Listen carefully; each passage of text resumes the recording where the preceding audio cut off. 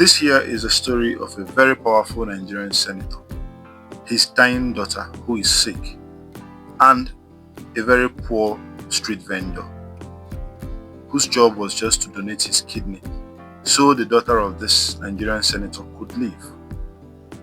But instead, it happened to expose one of the most disturbing cases of modern day slavery the UK has ever seen.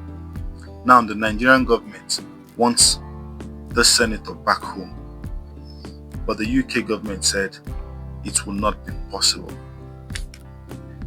Ekweremadu was not just any politician, he was a former deputy senate president of Nigeria, one of the most powerful men in the country for over a decade. A man who shaped laws, commanded respect, and lived a life of extraordinary wealth and privilege. But in 2022, his world came crashing down in the most shocking way imaginable. His daughter, Sonia, was sick. Her kidneys were failing, and she desperately needed a transplant.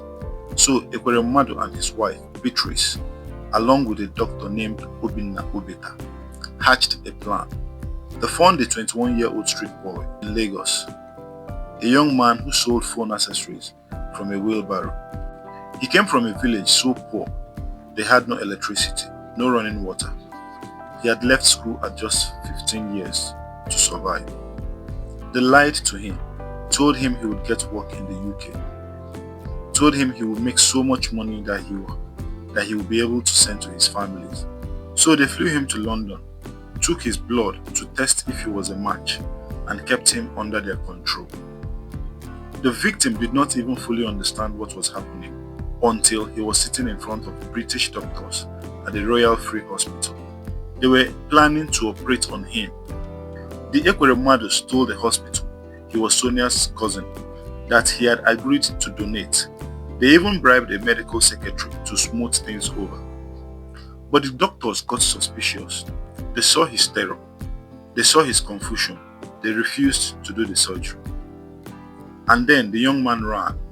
He went to the police in May 2022, terrified for his life, saying he believed they were planning to harvest his kidney in Nigeria if the UK plan failed.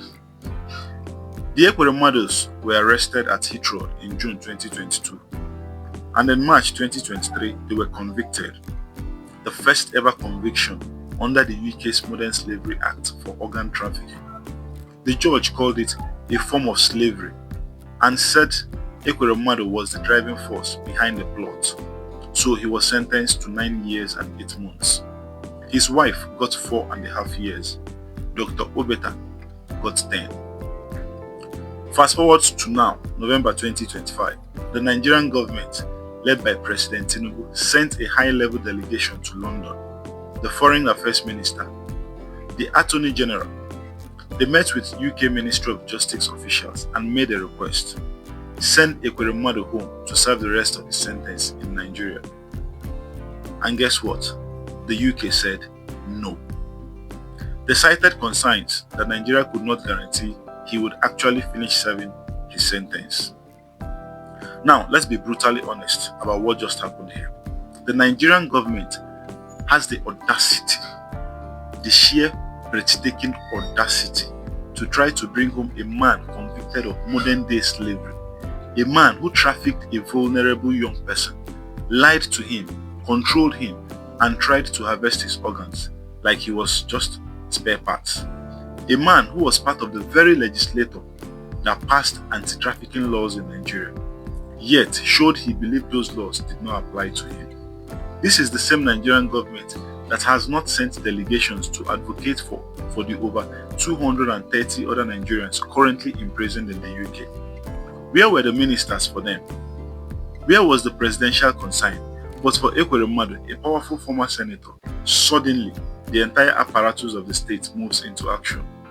Let's call this what it is: elite privilege.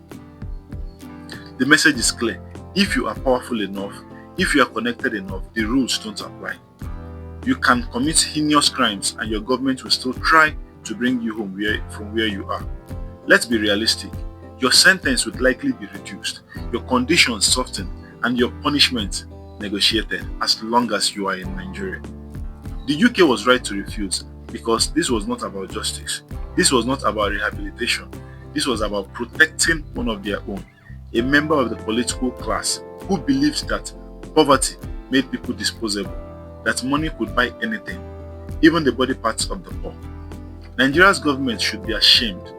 Instead of trying to repatriate a convicted human trafficker, they should be asking themselves why their country produces cases like this in the first place, where the wealth gap is so vast that a street vendor can be tricked into giving up his kidney for a few £1,000s, and where the powerful are so insulated they think they are above the law.